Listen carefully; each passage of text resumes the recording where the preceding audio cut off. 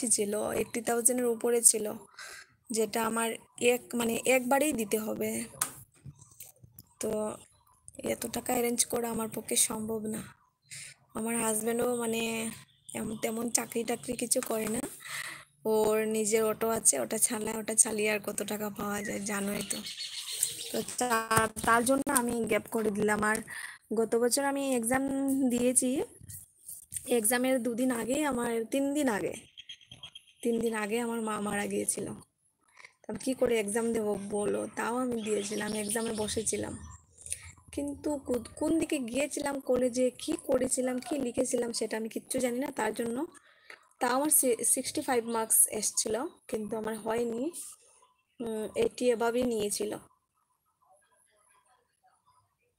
Government college নাই কোনো না, গভর্নমেন্ট কলেজে এখানে আমাদের আসামে একদম কলেজ কম আছে, গভর্নমেন্ট কলেজ মাত্র 3টা আছে।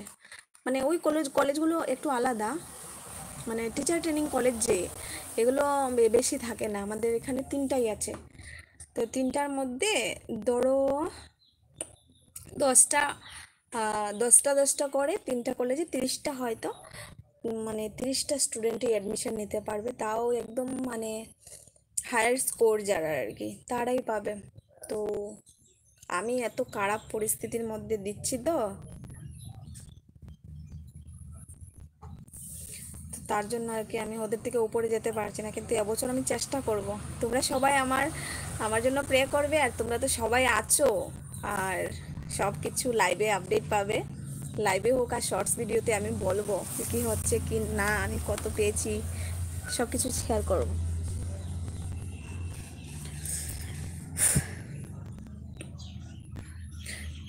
ওই এক্সামটা আর কি জানি না, একদম কম্পিটিশনটা হাই থাকে। সিট যদি থাকে ধরো 50টা সিট যদি থাকে, 1000টা স্টুডেন্টের পরীক্ষা দেবে।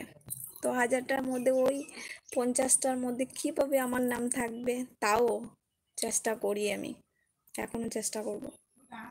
হাজব্যান্ড পড়াশোনাতে সাপোর্ট করে, এটা অনেক বড়, বুঝলা? হ্যাঁ, সে আমাকে অনেকটা সাপোর্ট করে, আর তার জন্যই তো আমার জন্যই তো এত কষ্ট করে, নাহলে ওর পাখা বাড়ি পাখা ঘর সব কিছু আছে।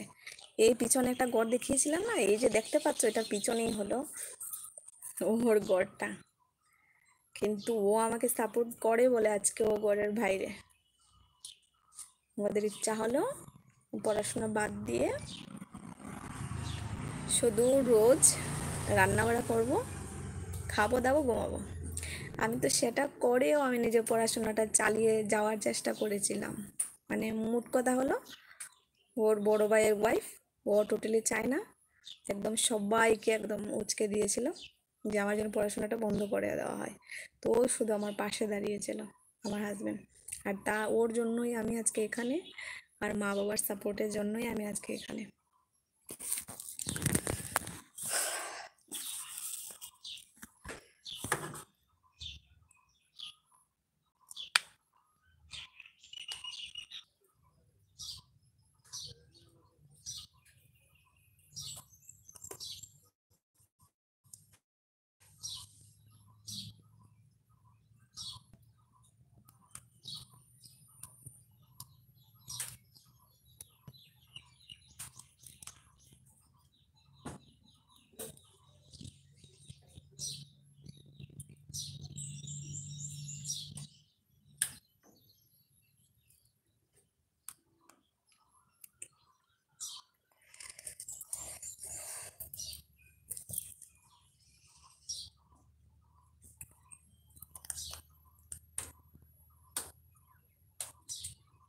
নেট প্রবলেম ছিল, হ্যাঁ নেট প্রবলেম ছিল, তার জন্য আমি আবার ফ্লাইট মোড করে আমি আবার চালিয়েছি।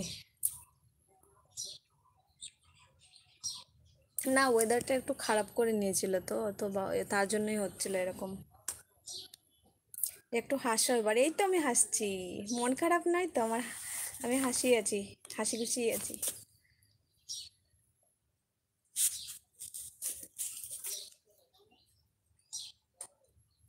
আমার যখন মন খারাপ হয় আমি একটু আয়নার সামনে গিয়ে বসে খেদে নিই।